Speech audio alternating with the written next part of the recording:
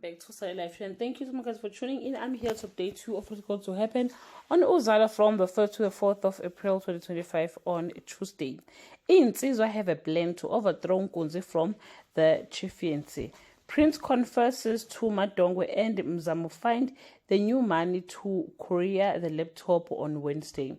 Nkunzi receives an unexpected guest and Gingy offers to help find Babo while Lily gets a rejection. Madlala and Madongwe gets physical on Thursday.